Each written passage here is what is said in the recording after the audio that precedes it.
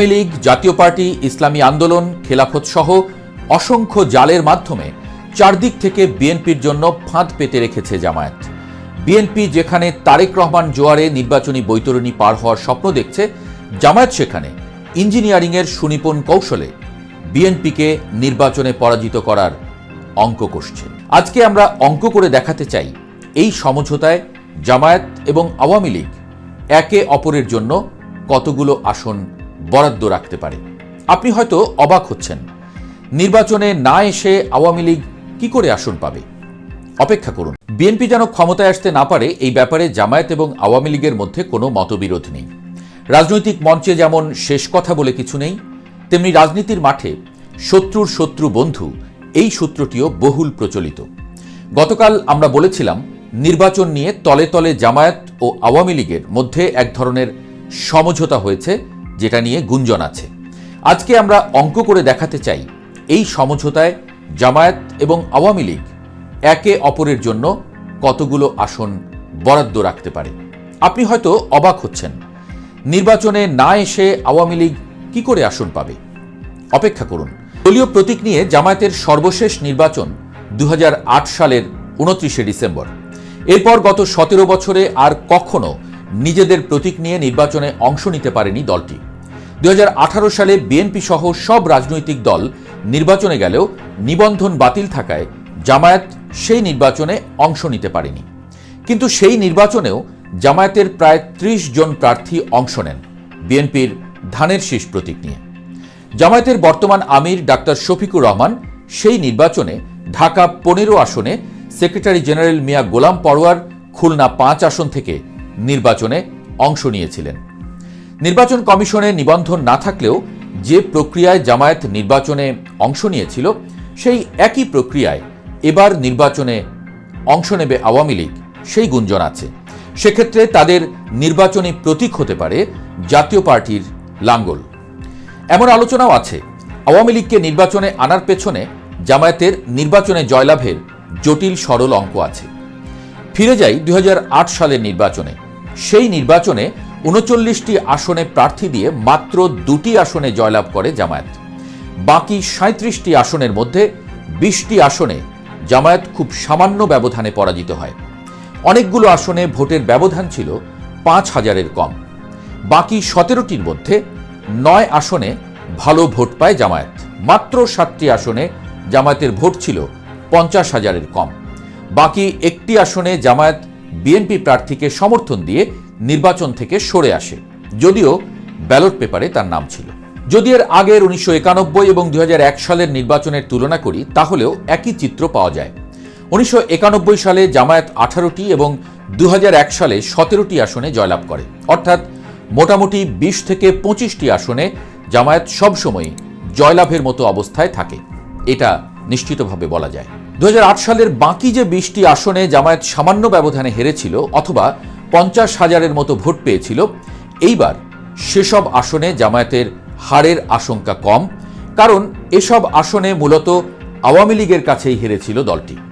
আওয়ামী লীগ দলগতভাবে নির্বাচনে অংশ নিতে না পারায় এবারে এসব আসনেও জয় পাবে, এমনটা আশা করছে জামায়াত। তাহলে দাঁড়ালো কি? নিজেদের 20 থেকে 25টি রিজার্ভ সিটের বাইরে আওয়ামী লীগের কাছ থেকে 20টি আসন বের করলেও জামায়াতের মোট আসন দাঁড়ায় 40 থেকে 45টি। এই কয়টি সিট নিয়ে তো আর সরকার গঠন করা যাবে না। তাহলে উপায়? এখানেই রাজনৈতিক চালে এক ধাপ এগিয়ে জামায়াত।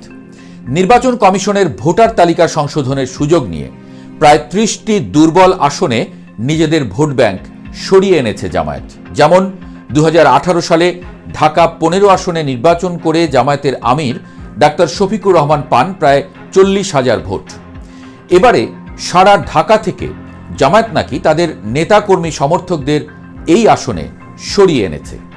এভাবে গাজীপুর 4 আসনে জামায়াত প্রার্থী ছাত্র শিবিরের সাবেক কেন্দ্রীয় সভাপতি অধ্যক্ষ সালাউদ্দিন আইয়ুবীর পক্ষে ভোট ব্যাংক সরিয়ে এনেছে জামায়াত। এমনি করে সারা দেশে অন্তত প্রায় 30টি আসনে নতুন করে নিজেদের ভোট ব্যাংক তৈরি করেছে জামায়াত। ফলে ভোটের অঙ্কে জামায়াতের হাতে এখন 70 থেকে 75টি আসন। তবে এখানেই শেষ নয়, বরং শুরু। বিবিসি যাকে বলছে ভোটের মাঠে আসন সমঝোতার জামায়াতের গোপন কৌশল। সমমনা 8টি দল নিয়ে ভোটের মাঠে আছে জামায়াত। এর মধ্যে চরমোনাই পীরের প্রতিষ্ঠিত ইসলামী আন্দোলন এবং হাফিজি হুজুরের প্রতিষ্ঠিত খেলাফত আন্দোলন এবং খেলাফত মজলিসের আঞ্চলিক ভোট ব্যাংক। এগুলোর বাইরে বাকি দলগুলোর ভোটের মাঠে তেমন প্রভাব না থাকলেও রাজনৈতিক অভিজ্ঞতা আছে। সমঝোতার মাধ্যমে এই সব দল থেকে 10 থেকে 15 জন এমপি নির্বাচিত করে আনতে চায় জামায়াত। আর এই সমঝোতা তাদেরকে করতে হবে আওয়ামী লীগের সাথে। 1991 সাল থেকে এখন পর্যন্ত প্রতিটি নির্বাচনেই জাতীয় পার্টি বাংলাদেশের তৃতীয় বৃহত্তম রাজনৈতিক শক্তি হিসেবে দেখা দিয়েছে। বিশেষ করে উত্তরবঙ্গ এবং সিলেট বিভাগে দলটির ভালো ভোট ব্যাংক আছে। বিচ্ছিন্নভাবে সারা দেশে অনেক জেলাতেই পকেট ভোট ব্যাংক আছে দলটির। 2008 সালে 49টি আসনে প্রতিদ্বন্দ্বিতা করে প্রায় 50 লাখ ভোট পায় দলটি। আসন পায় 27টি। 1991 থেকে 2024 পর্যন্ত প্রতিটি নির্বাচনেই দলটির নির্বাচনী ধারাবাহিকতা বজায় ছিল। 2001 সালে বিএনপির পক্ষে গণজোয়ার হয়, সেই নির্বাচনেও জাতীয় পার্টি 40 লাখ ভোট পায়, আসন পায় 15টি। আর এবারে আওয়ামী লীগ নির্বাচনে না থাকায় তাদের আসন পাওয়ার সম্ভাবনা আগের চেয়ে আরও বেড়েছে। নির্বাচনে নতুন সমীকরণ এখান থেকেই শুরু। 2001 সালে নির্বাচনের আগে ইসলামী জাতীয় ঐক্য ফ্রন্ট নামে নতুন জোট করে জাতীয় পার্টি। 2018 সালে 58টি দল নিয়ে সম্মিলিত জাতীয় জোট করে জাতীয় পার্টি। এই জোটে ছিল ছোট ছোট 34টি ইসলামী দল। ছোট হলে বর্তমান নেগোসিয়েশনে এরা বড় ভূমিকা রাখছে। জাতীয় পার্টির মুখপাত্র শামীম হায়দার পাটোয়ারি এরই মধ্যে জামায়াতের সাথে জোট করার আগ্রহ প্রকাশ করে ফেলেছেন। তবে জামায়াতের আমির ডাক্তার শফিকুর রহমান জানিয়েছেন, এবার কারো সাথেই জোটবদ্ধ নির্বাচন করবে না জামায়াত। এবার জামায়াতের কৌশল আসন সমঝোতা। সেই কৌশলে জাতীয় পার্টিও আলাদাভাবেই নির্বাচন করবে। জামায়াতের গ্রিন সিগন্যাল পেয়ে বুধবার থেকে মনোনয়নপত্র বিক্রি শুরু করেছে তারা, এমন গুঞ্জন আছে। আওয়ামী লীগ নেতারা পলাতক থাকায় জাতীয় পার্টি মহাজোটের প্রতিনিধি হিসেবে নির্বাচন করবে। আওয়ামী লীগের ভোটে কিছু আসনে বিজয়ী হয়ে আসবে জামায়াত, কিছু আসনে জাতীয় পার্টি।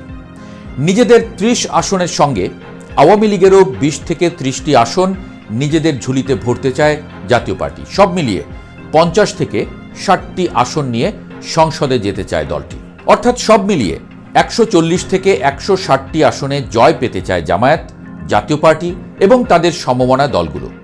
যদি তাই হয় তাহলে নির্বাচনের পর একটি কোয়ালিশন সরকার গঠনের স্বপ্ন দেখে ফেলেছেন তারা। আওয়ামী লীগের সাথে জামায়াতের সমঝোতা নিয়ে বিস্তারিত জানতে আমাদের আগের ভিডিওটি দেখতে পারেন। সেখানে আমরা জামায়াতের সঙ্গে আওয়ামী লীগের ঐতিহাসিক সম্পর্কের প্রেক্ষাপট এবং আদ্যোপান্ত বিশ্লেষণ করেছি।